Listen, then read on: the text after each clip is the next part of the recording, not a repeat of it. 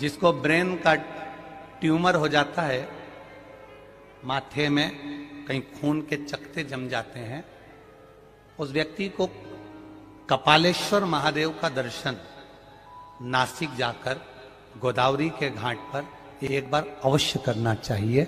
उसकी राह मंजिल सरल हो जाती है, रोग का निवारण होता है। कपालेश्वर महादेव, वो कपालेश्वर महादेव। शिव महापुराण की कथा कहती है, घर किसको कहते हैं? जहां पर हमारे माता पिता रहते हैं। फिर वो एक किराए का भी मकान है तो वो भी घर कहलाता है। जहां माँ बाप रह रहे हैं, जहां माता पिता रह रहे हैं, उसको घर कहा गया। तो किसी ने इंद्रदेव से पूछा कि इंद्रदेव ये बताओ, गरुण वरुण सारे देवता मिल मिलकर सब देवघर जा रहे हैं, वैद्यनाथ जी की पावन धरा पर जा रहे हैं, ऐसा क्यों? तो कहा वो घर है। किसका घर? तो कहा सारे देवताओं का घर, क्योंकि वहां जगत के माता पिता स्वयं भगवान शिव और सती उस भूमि पर भगवान शंकर पार्वती के साथ विराज हैं। भगवान देवाधिदेव महादेव स्वयं माता सती के साथ विराज। और तेरी कृपा बिना ना हिले एक भी लेते श्वास तेरी कृपा से तनु बखान क्या करूं मैं राहों के ढेर का, चपटी भभूत में है खजाना कुबेर का। हे गंगाधर मुक्ति द्वार ओमकार तू, भोले ओमकार तू, आयो शरण तिहारी शंभु तार तार तू। शिव कथा कह रहे हैं। जिस पवित्र धरा पर स्वयं देवता भी आने को तरसते हो, ऐसी धरा पर आप और हम बैठकर शिव महापुराण की कथा का लाभ ले रहे हैं। और ये कथा कोई साधारण नहीं है। आप अपनी बुद्धि में अपने चित्त से ये निकाल देना कि आप कथा सुनने के लिए गए। आप अपने विवेक से ये निकाल देना कि हम शिव महापुराण की कथा सुनने के लिए देवघर गए। आप अपने विवेक में ये रखना कि हम देवघर में कथा सुनने के लिए नहीं, हम देवघर में अपने पिता से अपने मन की बात करने के लिए इस भूमि पर आ रहे हैं।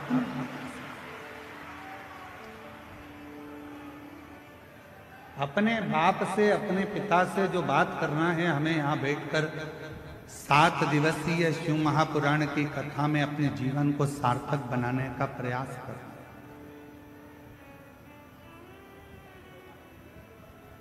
और इन 7 दिन में हम बाबा से अपने मन की बात कैसे कह सकते हैं और अपना दिल की बात बाबा से कहकर अपनी झोली कैसे भर सकते हैं, यह आपको सीखना। पड़ोसी शोर मचाएगा, पड़ोसन कुछ बोलेगी, पीछे खड़ा हुआ व्यक्ति कुछ बोलेगा, उस समय पर उसके पांव पड़कर कहना मुझे कथा सुन लेने दो, बहुत दूर से आई हूँ बाबा के धाम में कथा सुनने के लिए। 3 घंटे की कथा में से आधा घंटा आशीष जी ले लेते हैं, 2.5 घंटा मिलता है। उस 2.5 घंटे में मुझे मेरे बाबा से बहुत कुछ कहना है और मेरे बाबा की बहुत कुछ सुनना है, जिससे 3 महीने के अंदर मेरा बाबा मेरा दुख काट देगा और फिर मेरा मन आनंद, ये कहना है। और यहां कथा केवल शिव की नहीं होगी, यहां कथा केवल भगवान शंकर की नहीं होगी, यहां कथा माता सती की भी, शिव की भी और मां गंगा की भी, तीनों का क्रम इस कथा में चलता।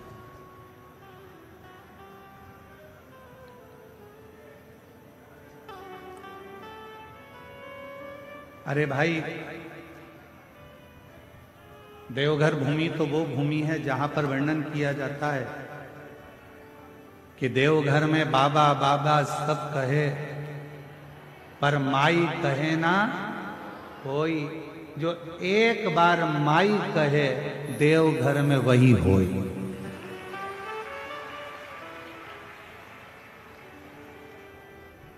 सारे ज्योतिर्लिंगों का दर्शन करिएगा, वहां पर जब पूजन होती है तो सीधे शंकर जी के ऊपर जल चढ़ाया जाता है, शिव जी के ऊपर बेलपत्र चढ़ाई जाती है, शिव जी के ऊपर दूध चढ़ाया जाता है, शिव जी के ऊपर पंचामृत चढ़ाया जाता है, शिव जी के ऊपर दही शहद घृत शक्कर सब शिव जी पे चढ़ाई जाती है।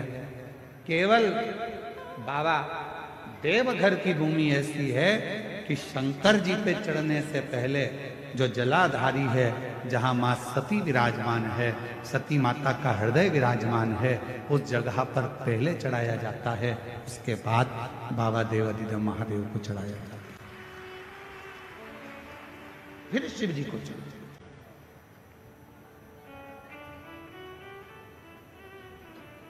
फिर भगवान शंकर विराजमान। शिव कथा कर रही है। जन्म लेना एक मनुष्य का कब सार्थक है, जब वो भगवान शंकर की अविरल भक्ति में डूबे।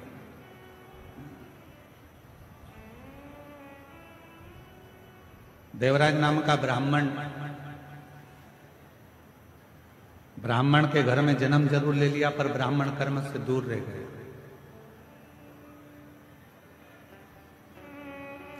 आपका जन्म लेना तब सार्थक है जब आप जन्म लेने के बाद आप भगवान की अविरल भक्ति में लग गए।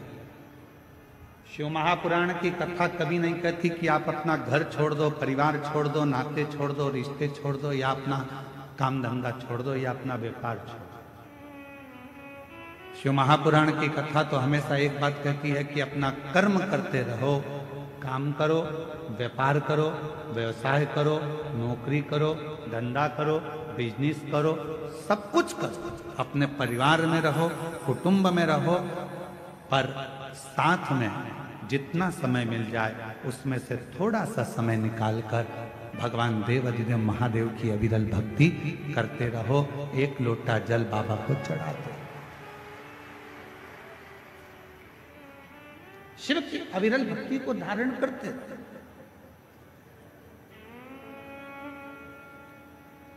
बाबा देवाधिदेव महादेव की अविरल भक्ति को धारण करते।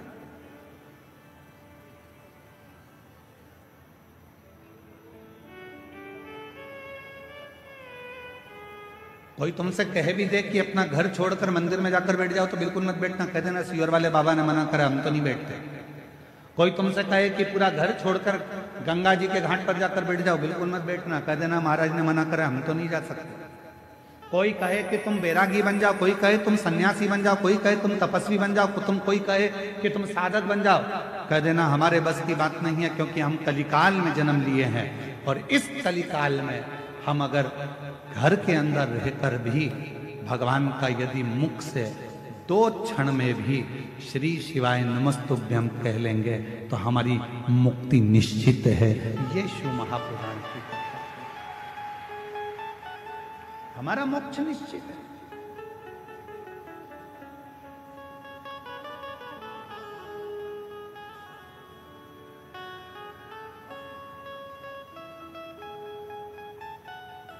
एक सोशल मीडिया पर,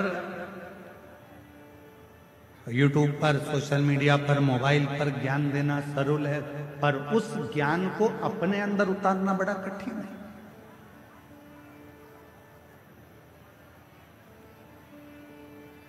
स्वयं की जिंदगी में उतारना बड़ा कठिन है।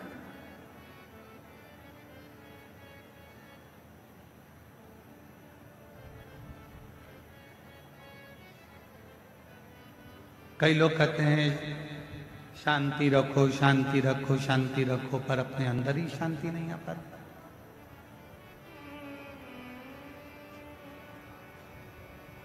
अब यहाँ इतने कथा सुनने के लिए मेरी जीजियां, मेरे जीजा, मेरी बेटियां, बेटा, मेरी माताएं, मेरे बुजुर्ग माता पिता इस पवित्र कथा में आए हैं।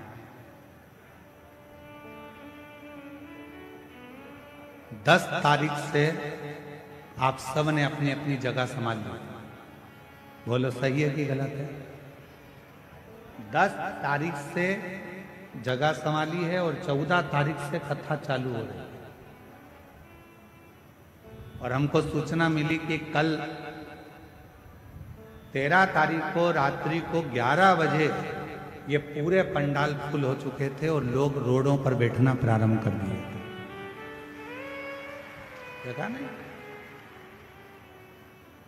किसके लिए आए हो? सीहोर वाले महाराज के लिए नहीं।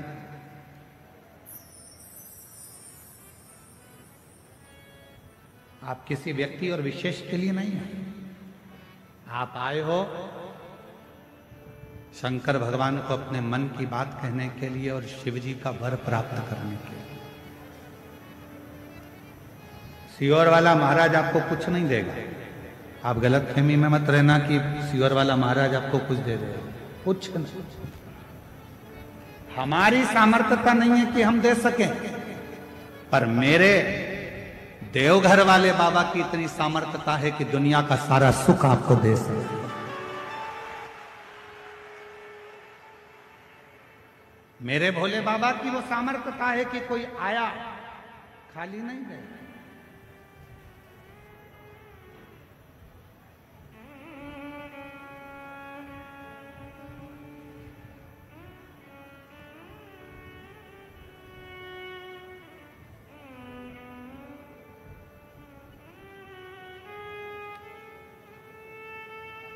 मैं सांसद महोदय जी से एक बात कहूंगा, डॉक्टर निशिकांत जी दुबे जी से।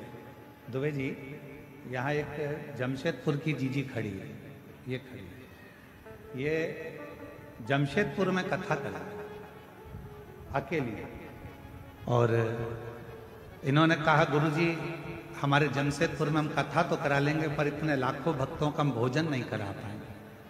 हमने इन दीदी से कहा कि तुम वेद बाबा देव घर जाओ और वहां पे पीला चावल देकर वहां का एक चावल उठाकर ले आना और एक बेलपत्री लाकर एक छोटा सा टेंट लगाकर वहां रख देना। तुम ना हलवाई करना, ना तुम अनाज रखना। बाबा देवघर वाला आएगा और पूरा भंडारा कर कर जाएगा। और पूछो उनसे, सांसद जी ये दीदी ने एक छोटा सा टेंट लगाया, माना हलवाई करा भोजन बनाने वाला और ना भंडारे की तैयारी करी, बस लिख दिया भोजनशाला। और कोई बाहर से एक टीम आई 15 लोगों की हलवाईगिरी करने के लिए, ना जाने कहां से आई थी और कहां से गाड़ी भरा भरा कर चावल आता गया, अन्न आता गया और भंडारा चालू हो गया और कथा चलती रही। आज तक इस बहन को भी नहीं मालूम कि भोजन किसने बनाया था।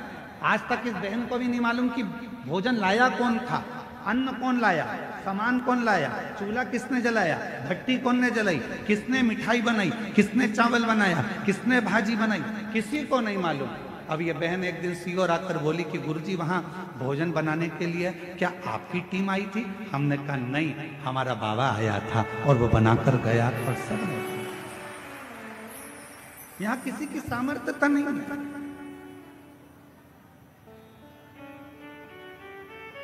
करता वही है, आप और हम तो केवल एक निमित्त मात्र हैं। और ये हमारी और आपकी केवल एक निमित्तता है। आज हमारे सांसद जी जब आए तो उन्होंने एक ही बात की, गुरुजी हम बाबा की आज्ञा से, देवघर वाले बाबा की आज्ञा से कथा सुनने के लिए एक दिन के लिए हम यहाँ पहुंचे। और अभी आपने माइक पे भी कहा कि 7 दिन कथा चलेगी, मैं कहीं पर भी रहूंगा पर कथा वहां पर रहकर सुनूंगा। अर्थात आप वहां पर रहकर कथा नहीं, हमारे देवघर वाले बाबा आपके साथ रहकर शिव महापुराण की कथा को सुनेंगे।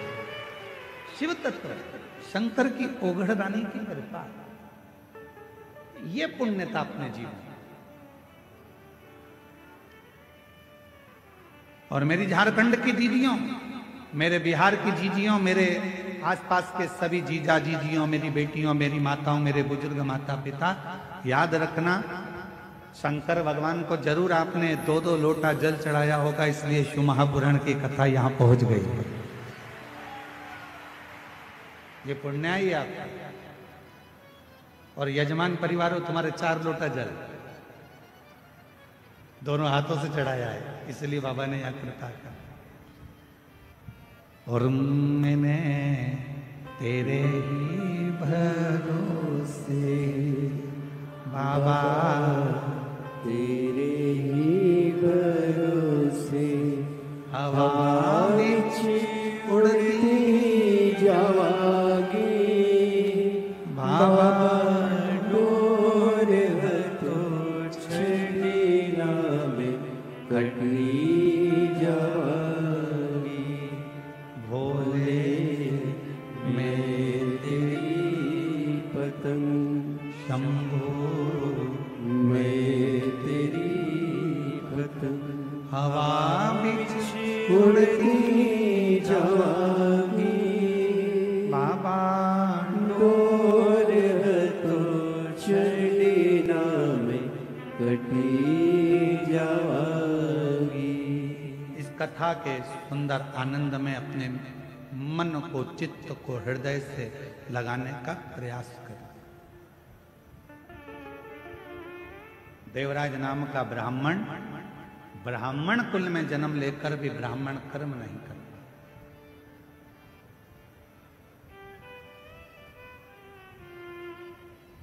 मानव का देह मिल जाए और मानव का देह प्राप्त कर भी यदि हम अच्छा कर्म ना कर पाए तो हमारा जीवन बेकार।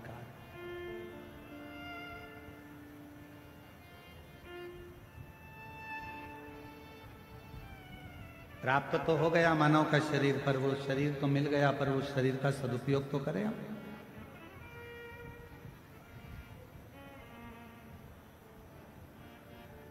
कोई 5 दिन के लिए, कोई 7 दिन के लिए, कोई 3 दिन के लिए, कोई 2 दिन के लिए, कोई 4 दिन के लिए इस कथा के पंडाल में आया।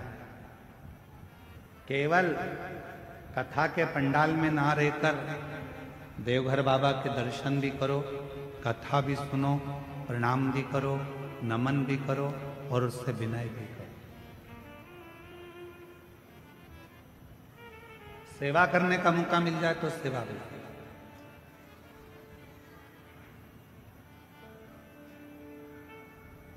जैसा समय मिले उसके अनुसार कार्य करो। क्या देगा बाबा, कितना देगा बाबा, ये उसके ऊपर निर्भर करता है। किसी के यहां काम करते हो तो वो कुछ दे ना दे, पर कुछ ना कुछ कचौड़ी दे देगा, समोसा दे देगा, पानी दे देगा, कुछ ना कुछ देता है। उसी तरह कोई कोई तनख्वाह भी देता है। और देवघर में आए हो और अगर आप इस कथा के पंडाल में या आए हुए शिव भक्तों की सेवा करते हो तो मेरा बाबा तुमको भी कुछ ना कुछ तनख्वाह में देगा जरूर, खाली नहीं देगा। देख, देवराज ब्राह्मण अपने परिवार का भरण पोषण करता है, वहां तक तो ठीक है कि उसके परिवार में सब कुछ है, पत्नी भी है, बच्चे भी हैं, माता पिता भी, सब कुछ देवराज नाम के ब्राह्मण के घर में सब कुछ।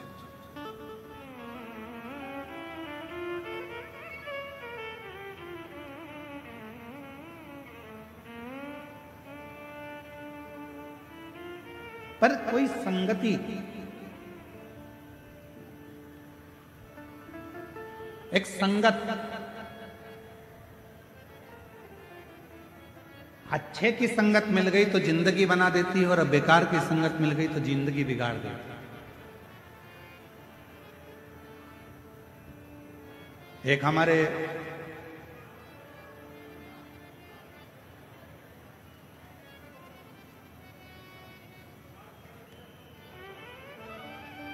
भगवान शिव की एक परम रसमय आनंदमय एक चरित्र आता है।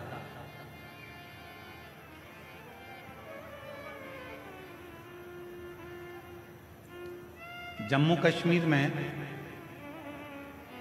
जम्मू से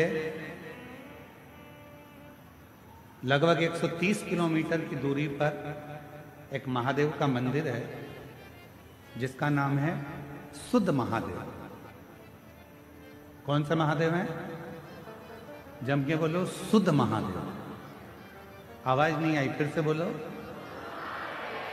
शुद्ध महादेव। जम्मू से लगभग 130 किलोमीटर की दूरी पर विराजमान है शुद्ध महादेव, जम्मू कश्मीर।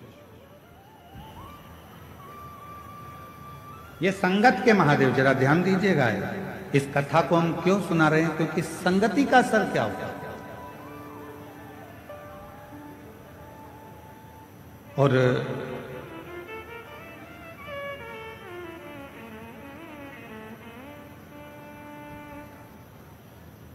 जिस जगह पर यह शुद्ध महादेव विराजमान है, इसी भूमि पर मां पार्वती जी भगवान शंकर को पति बनाने के लिए बाल्यावस्था में तप करते हैं।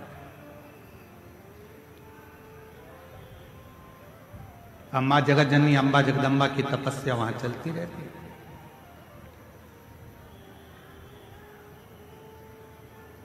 वहां पर एक सुधात नाम का असुर था,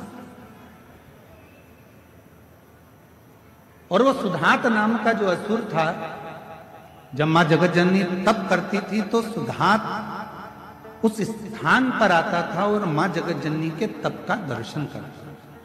वो शिव को नहीं जानता, वो भगवान शंकर का स्मरण नहीं करता, वो ना शिव को जानता था, ना शंकर का भजन करता था, ना शंकर का स्मरण करता था, ना शंकर का मंत्र जाप करता था, ना शंकर जी का गुणगान करता था। वो सुधात असुर केवल जहां पर पार्वती जी बैठकर तप करती थी, उस भूमि पर आकर पार्वती जी को देखता।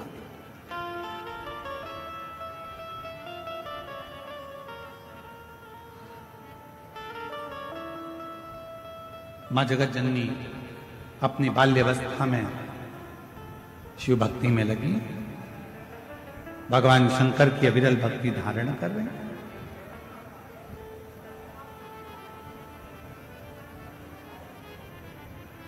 अविरल भक्ति में मां जगतजननी खोई। अब सुधात ने एक बार विचार करा, सुधात असुर ने विचार करा कि ये है कौन। तब स्मरण करके उसने पता करा कि यह हिमालय राज की बेटी पार्वती है, और बालू मिट्टी का शिवलिंग बनाकर, बालू का शिवलिंग बनाकर, मिट्टी का शिवलिंग बनाकर शंकर जी की आराधना कर, शिव की आराधना, भगवान शंकर की अविरल भक्ति को धारण कर। पार्वती जी को नहीं मालूम कि मुझे कौन देखता है। पार्वती जी तो अपने भजन में लीन रहती हैं, शिव की भक्ति में डूबी रहती हैं। श्री शिवाय नमस्तुभ्यं, श्री शिवाय नमस्तुभ्यं, श्री शिवाय नमस्तुभ्यं, श्री शिवाय नमस्तुभ्यं। पार्वती जी अपनी अलमस्ती में भगवान की आराधना कर, उन्हें नहीं मालूम। जो कथा सुनने के लिए आता है वो ये नहीं देखता कि मैं आगे बैठा हूं कि पीछे बैठा हूं कि राइट में बैठा हूं कि लेफ्ट में बैठा हूं। उसका तो एक ही तत्व है कि कहीं पर बस माइक की आवाज आ जाए, कहीं पर भी बैठकर मैं कथा सुनूंगा, मेरे कानों में अगर ये शिव महापुराण की कथा अंदर चली गई, और जिस जमीन पर बैठकर मैं कथा सुनूंगा, जब आरती हो जाएगी, आरती होने के बाद जब मैं उठूंगा, उस जमीन की रज को, मिट्टी को जब मैं अपने मस्तक से या मेरे शरीर में जो दुख है, तकलीफ है, वहां लगाऊंगा, तो वो सोच कर जाता है कि मेरा दुख उस समय पर समाप्त तो होगा ही, ये निश्चित है। और कोई पूछे कि सियोर वाला महाराज बोलता है कि जहां कथा बैठकर सुन रहे हो, उठोगे, आरती होने के बाद जब वहां से जाओगे, वहां की मिट्टी को अपने मस्तक चढ़ा कर जाना या उस मिट्टी को नमन कर कर जाना, ये कहां लिखा? तो इस सुधात असुर की कथा में, मां जगतजननी की कथा में, शुद्ध महादेव की कथा में इसका वर्णन आता है। स्कंद पुराण में भी इसका वर्णन है। स्कंद पुराण में भी सुध महादेव का वर्णन आता है। और जब भी आप जम्मू कश्मीर घूमने के लिए जाएं,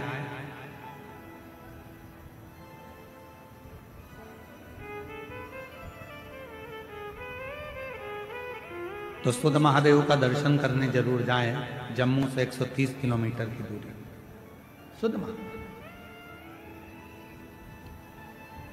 संगत का असर किसको कहते हैं?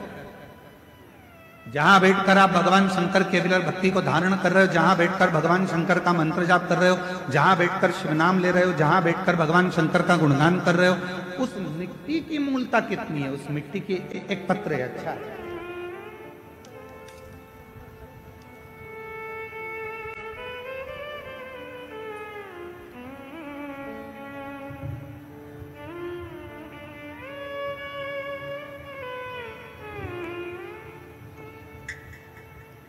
मैं करुणा सिंह, पति संतोष कुमार सिंह, मेरा घर कल्याणपुर रोड, मंगेर का निवासी। पत्र को एलईडी पर पढ़ाएंगे, आस्था चैनल पर भी पत्र चलेगा। यहाँ की टीवी से कर रहे हो। मैं करुणा सिंह, पति संतोष कुमार सिंह, मेरा घर कल्याणपुर रोड, मंगेर का निवासी हूं। गुरुजी, भोले बाबा का मैं क्या बखान करूं, उनकी महिमा का अपरंपार। कहीं बैठी हो तो हाथ हिला सकती हैं। करुणा सिंह, पति संतोष कुमार सिंह, मेरा घर कल्याणपुर रोड, मंगेर का निवासी है। कहीं बैठे हो तो हाथ हिला सकते हैं। आप ही हैं? ऐसा एक बार हाथ हिला। हाँ जी, आ जाइए।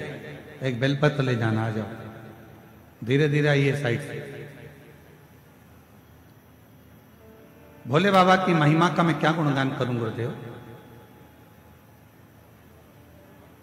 किसी के कहने पर टीवी के पास बैठकर 5 साल से शिव पुराण की कथा सुन रही हूं, और 2 कथा पंडाल में जाकर सुनी। एक खगड़िया, दूसरा मधेपुरा के पंडाल में कथा सुनी। गुरुदेव, बाबा से केवल एक ही चीज के लिए जाती थी कि मेरी बेटी बहुत मेहनत कर रही है, उसका गवर्नमेंट जॉब लग जाए।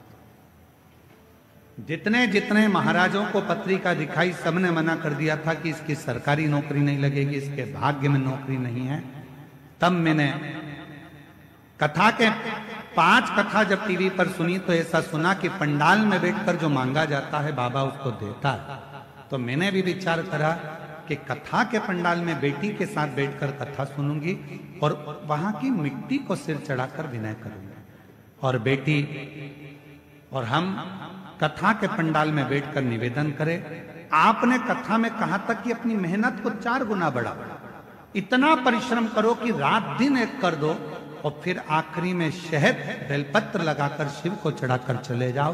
बाबा लाज जरूर रखता है, और वही हुआ। आज बाबा की कृपा से पंडाल में कथा सुनने का फल क्या मिलता है। आज मेरी बेटी का बिहार पुलिस में सिलेक्शन हो गया। मैं बाबा को यहाँ नमन करने के लिए आया। 9 मई 2025 की मेरिट लिस्ट में बाबा ने निकाला।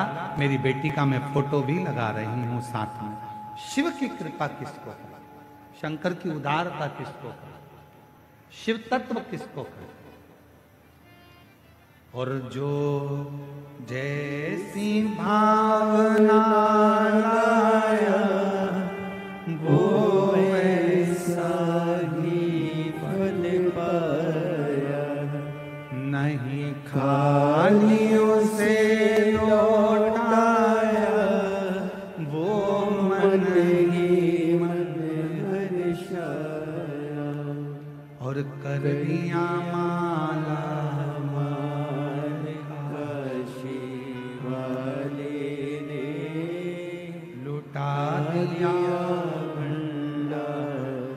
काशी वाले। आप जिस भावना से जो इच्छा रख कर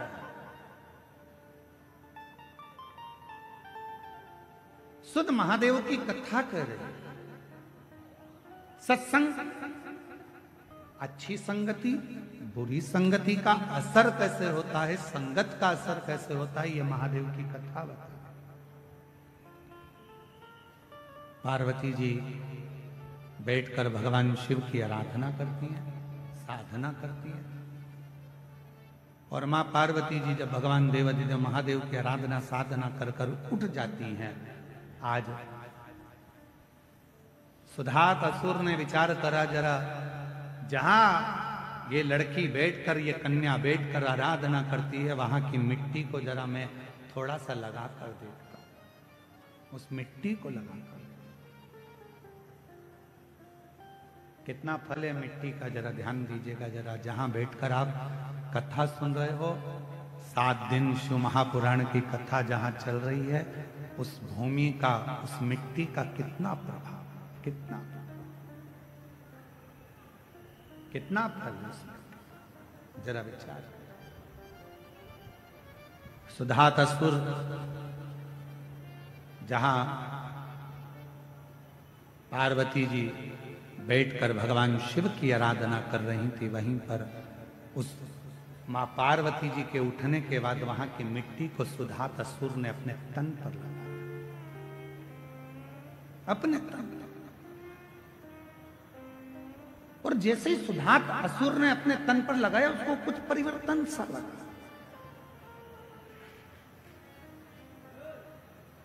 उसके जीवन में उसको परिवर्तन सा लगा।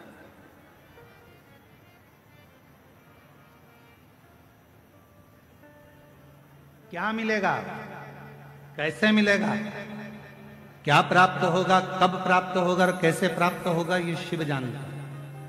सुधात असुर ने नियम बना लिया कि अब ये कन्या जब तप कर कर उठेगी, साधना कर कर उठेगी, ये कन्या जब भगवान शंकर का पार्थिव पूजन कर कर उठेगी, तो वहां की मिट्टी को मैं जहां बैठूंगा वहां रखूंगा, जहां सोऊंगा वहां रखूंगा। और उस मिट्टी का संग उसके जीवन में होने लगा। उस मिट्टी का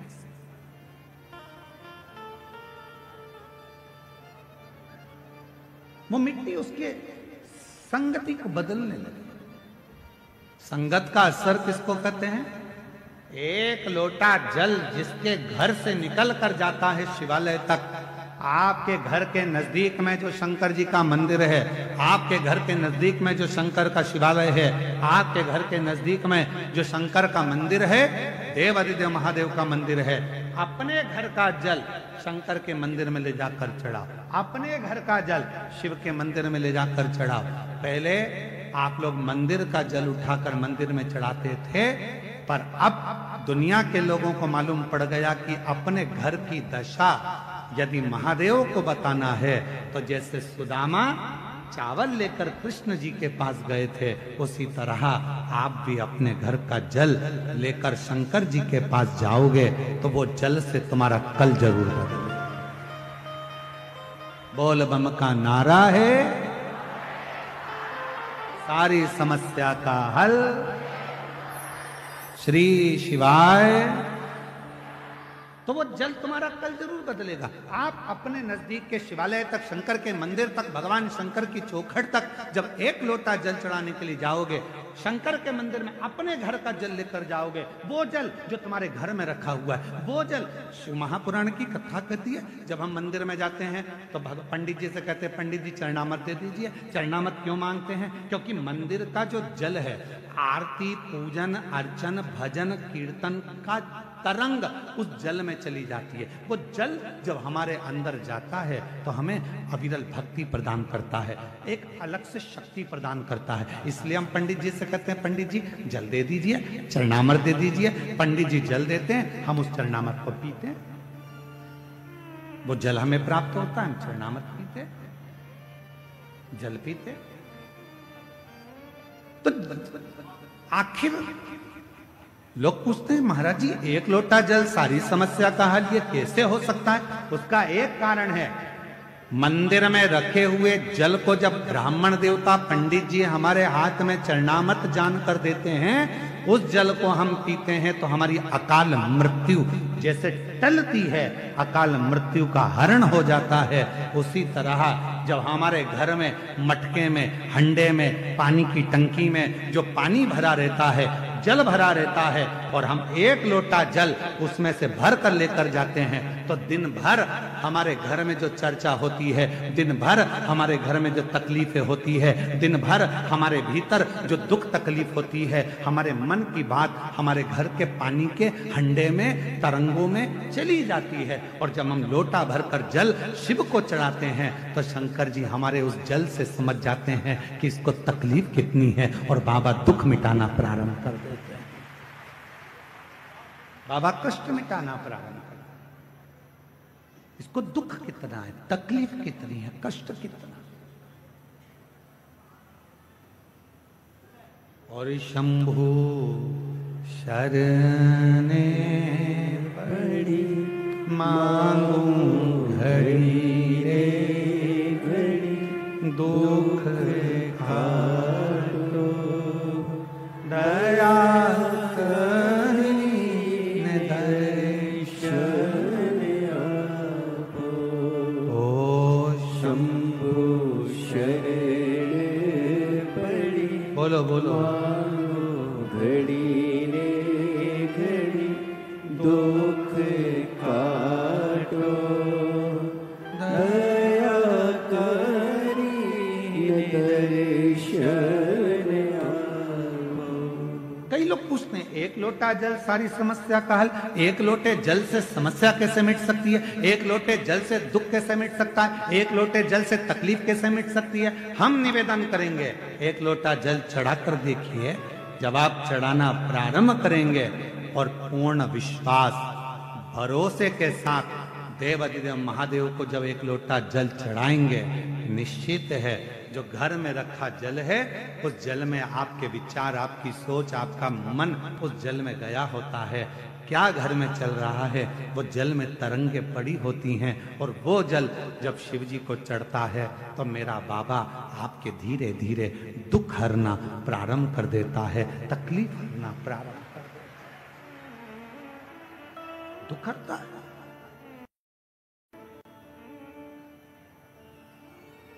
कष्ट हरता है।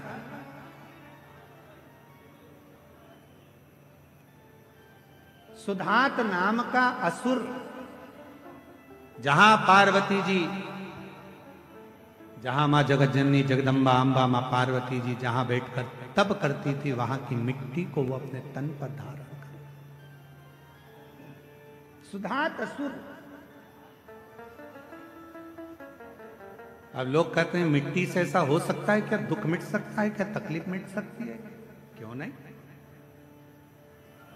क्यों नहीं मिट सकता। एक असुर जो देवताओं को परेशान कर रहा है, एक असुर जो गंधर्वों को परेशान कर रहा है, एक असुर जो अप्सराओं को परेशान कर रहा है, एक असुर जो सबको कष्ट दे रहा है, और केवल मां जगत जननी के उठने के बाद उस मिट्टी को वो अपने तन पर धारण कर लेता है तो उसकी जिंदगी में इतना बदलाव हो जाता है कि वो शंकर की भक्ति की ओर जुड़ता चले जाता, जुड़ कितना फल है। जिस घर में से एक लोटा जल देवाधिदेव महादेव को चढ़ाने के लिए निकलता है, घर के अंदर से एक लोटा जल निकलकर जब शंकर के मंदिर में जाता है, उसी समय पर 3 दोष उसके घर के समाप्त हो जाते हैं। पहले नंबर का, घर के अंदर से जल गया तो वास्तु दोष समाप्त हो गया। दूसरे नंबर पर घर के रसोई घर में मटके में, हंडे में, टंकी में से जल गया तो पितृ दोष शांत हो गया। और तीसरे नंबर पर घर के अंदर से जब हम जल लेकर निकलते हैं, अपना दरवाजे से बाहर निकलते हैं शिव को जल चढ़ाने के लिए, तो काल सर्प दोष समाप्त हो जाता है। ये 3 दोष उसी क्षण समाप्त हो,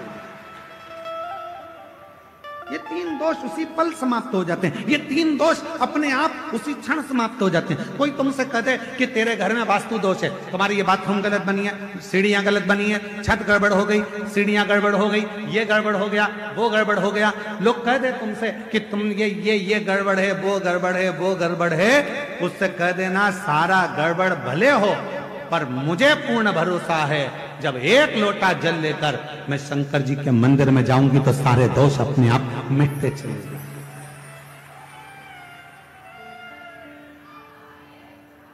ये सारे दुख मेरे समाप्त होंगे। तकलीफें समाप्त होगी, कष्ट मिटेगा।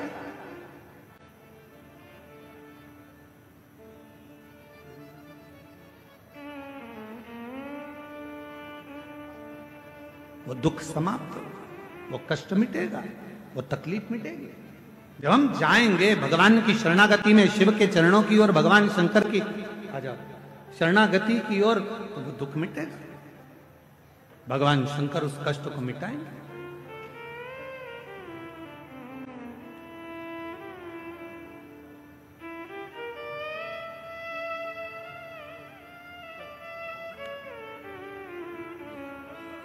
बधाई आपको बाबा की कृपा दृष्टि। अब ठीक है बाबा, सब साथ देंगे।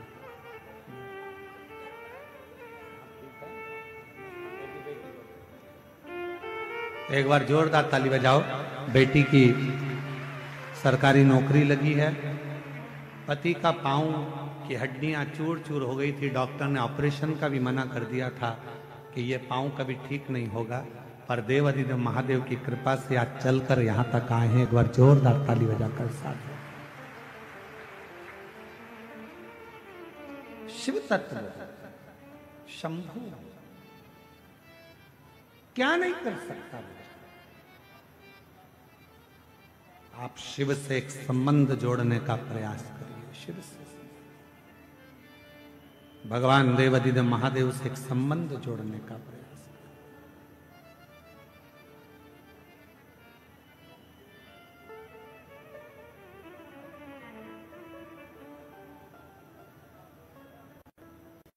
मांगा है भोलेनाथ से वरदान,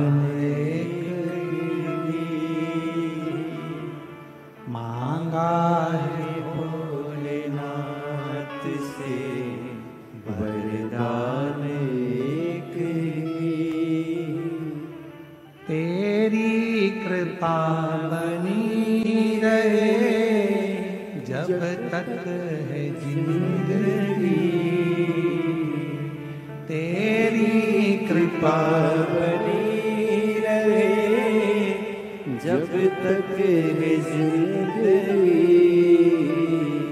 मांगा है भोलेनाथ से वरदान एक ही। आप भी बोलो, मांगा है वरदान, तेरी कृपा बनी रहे जब तक है जिंदगी, तेरी कृपा बनी रहे जब तक है जिंदगी। मांगा है भोलेनाथ से वरदान एक ही, मांगा है भोलेनाथ से वरदान एक ही। संसार सागर में जब तक रहूं तेरी कृपा बनी रहे। मेरे जीवन के सारे दुख, सारी तकलीफ, सारा कष्ट, सारी बीमारी सब तू है, सब।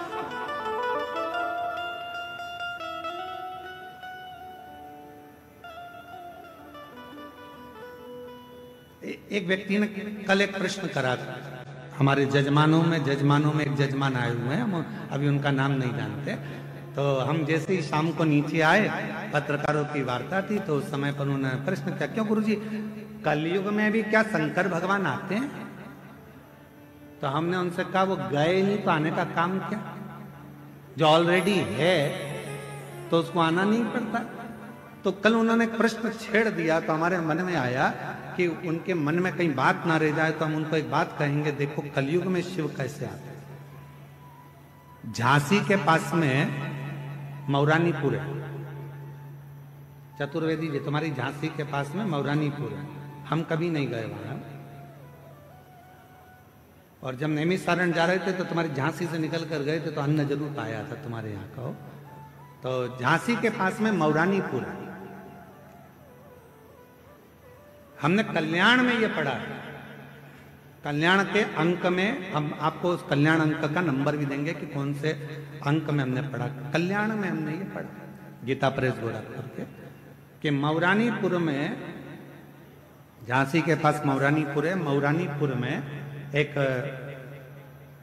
नारायण नाम का एक व्यक्ति ने उस लेख को कल्याण के अंक में लिखवाया। उसमें वर्णन किया कि मेरे दादाजी अनाज का काम करते थे और दादाजी अनाज का काम करते थे और मेरे दादाजी मौरानीपुर से अनाज लेते थे और उस अनाज को लेकर हाथरस में बेचने के लिए जाते। हाथरस में उनका एक दादाजी का मित्र बन गया था जिसका नाम था हीरालाल। और हीरालाल के ना तो पत्नी थी ना बेटा था, परिवार के लोग केवल उससे काम कराते थे। वो कमाई का एक स्रोत बन चुका था, अवस्था ढलती जा रही थी, परिवार के लोगों ने उसको पूछना बंद कर दिया था। एक दिन नारायण के दादाजी जब अनाज बेचने के लिए मौरानीपुर से हाथरस गए तो हीरालाल से मिले तो हीरालाल का चेहरा उतरा हुआ था। तो कहा, सेठ जी आपका चेहरा उतरा हुआ है? हाँ, मेरा कोई है नहीं, बहुत तकलीफ है। मेरे रिश्तेदार भोजन भी देते हैं तो ताना सुनाते हैं, धन के मीत हैं सारे, करूं क्या? हीरालाल जी से नारायण के दादाजी ने कहा कि आप मेरे साथ चलो, मौरानीपुर में रहना, मेरे बेटा बहू अच्छे हैं, मुझे भी भोजन देते हैं तो तुम्हें भी भोजन देंगे। हीरालाल व्यापारी के कहने पर, नारायण के दादाजी के कहने पर मौरानीपुर आ गए। ये कलयुग की कथा है, इसी कलयुग की कथा, बहुत पुरानी नहीं, बहुत नई कथा।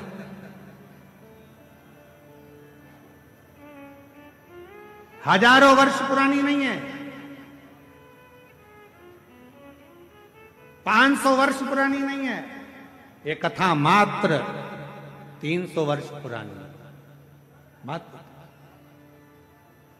हीरालाल को लेकर आ गए, हीरालाल अपना सामान ले आया, पैसे ले आया, उसको बहुत सम्मान देने लगे हीरालाल। हीरालाल उसको लोग सब घर के जितने भी परिवार के लोग थे, दद्दाजी दद्दाजी दद्दाजी दद्दाजी कहते और उसको सम्मान। हीरालाल के पास में जो पैसा था, आधे पैसे का तो हीरालाल ने नारायण की माता जी के जेवर बनवा दिए और आधे पैसे का हीरालाल ने एक मंदिर बनवा दिया शंकर जी का, क्योंकि वो शिव की आराधना करता था, शंकर का उपासक था, शिव भक्ति करता। अब एक दिन अवस्था चलते चलते चलते चलते हीरालाल की आंखें चली गई और हीरालाल को दिखना बंद हो गया। घर के लोगों ने कहा, दादाजी प्रयागराज में मेला भराया है माघ का, आप नहीं चलोगे? दादाजी बोले, मेरी आंख से तो दिखता नहीं है, मुझे तो एक काम करो, शंकर जी के मंदिर में छोड़ दो, मैं शिव जी को लोटा भर के जल चढ़ाता रहूंगा, तुम आ जाना और फिर मुझको भोजन दे देना, सुबह जाओगे रात को तो आ ही जाओगे प्रयाग से। ठीक। नारायण के माता पिता दादा सब चल दिए प्रयागराज। प्रयागराज से आते आते उनको याद आया, दद्दा तो शंकर के मंदिर में बैठे होंगे, भूखे होंगे, चलो जल्दी नारायण जाओ दद्दा का हाथ पकड़ कर लाओ। नारायण दद्दा का हाथ पकड़ने के लिए जैसे ही जा रहे थे, दद्दा को देखा नारायण ने कि दद्दा की आंखों पर एक पट्टी बंधी हुई है, आंखों पर पट्टी है। नारायण ने पूछा, दद्दा तुम्हारी आंखों पर पट्टी कैसे आई? दद्दा ने कहा, लाला शंकर जी के मंदिर से मैं आ रहा था, तब एक व्यक्ति सामने आकर खड़ा हो गया, मैं उसको देखा तो नहीं क्योंकि मेरी आंखें नहीं थी, दिखता नहीं था। वो मुझसे कह रहा था, बब्बा कहां से आ रहे हो? मैंने कहा, शंकर जी के मंदिर से दर्शन कर कर आ रहा हूं। वो बहुत तेज हंसा, हंसकर उसने कहा, दद्दा तुम्हें दिखता तो है नहीं, फिर शंकर जी के मंदिर में क्यों गए? दद्दा कहते हैं कि मैंने उस व्यक्ति से कहा कि मुझे नहीं दिखता तो क्या हुआ, मेरे महादेव को 3-3 आंखों से दिखता, तो मेरे बाबा को तो दिखता। दत्ता तुम्हारी आंखें नहीं है? नहीं। दत्ता तुम्हारी आंखों का इलाज करवाया? हाँ, सारे डॉक्टरों को दिखाया पर आराम नहीं लगा, सबने कह दिया तुम्हारी आंखें कभी नहीं आएगी। इतने में उस व्यक्ति ने कहा, दद्दा मैं बहुत बड़ा वेद हूं, तुम कहो तो तुम्हारी आंखों का इलाज कर सकता हूं, पर उसमें इलाज करने में लगभग 5 दिन लगेंगे। मैं तुम्हारी आंखों पर आज थोड़ा सा मल्लम लगाकर पट्टी बांध देता हूं और 5वें दिन मैं तुम्हारी आंख को खोलकर उसका ऑपरेशन करवा दूंगा, अगर तुम चाहो तो। दद्दा कहने लगे अच्छी बात है, लगा दो मल्लम। मल्लम लगाया, पट्टी बांधी। नारायण बेटा, उस व्यक्ति ने पट्टी बांधकर चले गया। अब वो 5 दिन बाद आएगा, पट्टी खोलेगा, ऑपरेशन करवाएगा, जब तक बंद ही रखना। नारायण ने हाथ पकड़ा, दद्दा को ले गए अपने घर। 5 दिन निकल गए, पट्टी बांधने वाला नहीं आया। 6 दिन निकल गए, पट्टी बांधने वाला नहीं आया। 9 दिन निकल गए, पट्टी बांधने वाला नहीं आया। 10वें दिन तो दद्दा को गुस्सा आ गया, ना जाने कौन मुझे पगला बना गया। आंख में बांध गया पट्टी, पहले से तो नहीं थी आंख, ऊपर से बांधी पट्टी। अब इसको कब तक बांधे फिरूं? आज तो पट्टी खोल कर रहूंगा।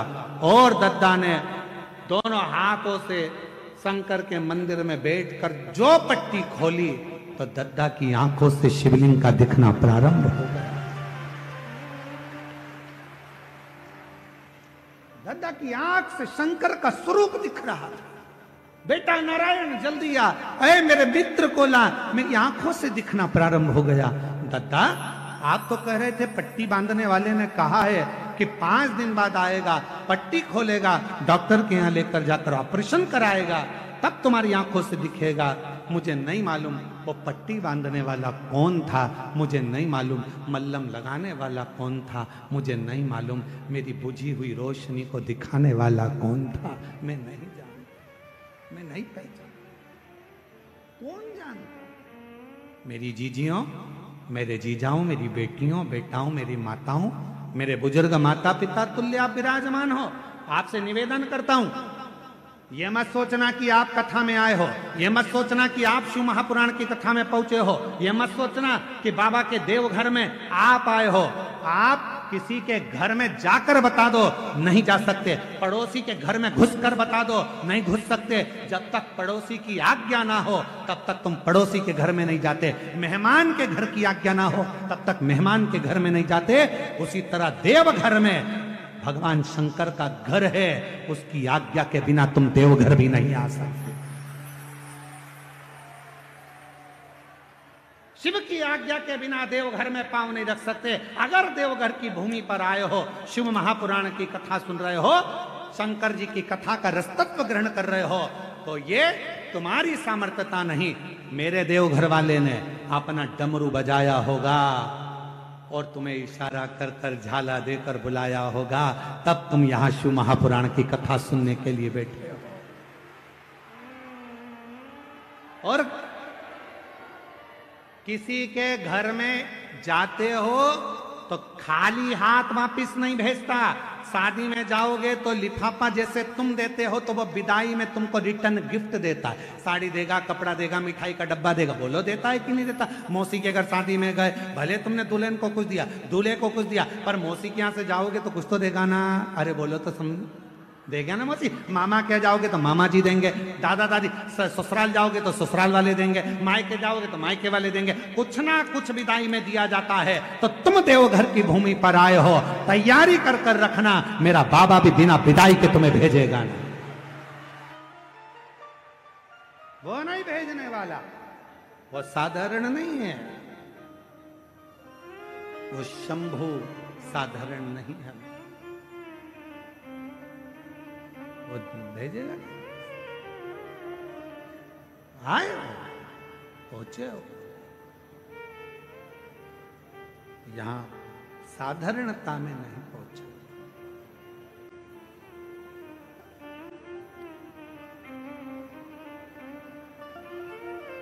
वो जब देता है, देवता देते हैं पल्ला झाड़ कर और महादेव देते हैं छप्पा।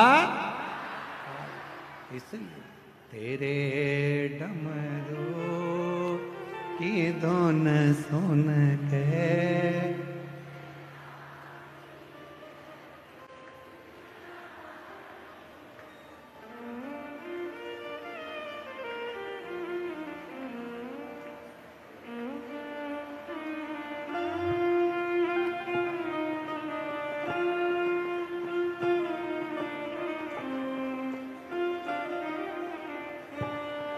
तेरे डमरू की धुन सुन के मैं काशी नगरिया हूँ। तेरे डमरू की धुन सुन के मैं काशी नगरिया हूँ।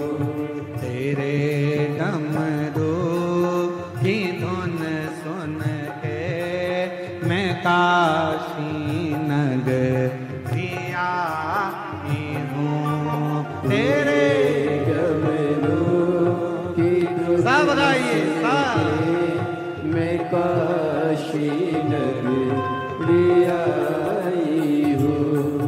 मैं काशी नगरिया हूँ। मैं देवघर नगरिया हूँ। मैं काशी नगरिया हूँ। मैं देवघर नगरिया हूँ। मैं काशी नगरिया हूँ।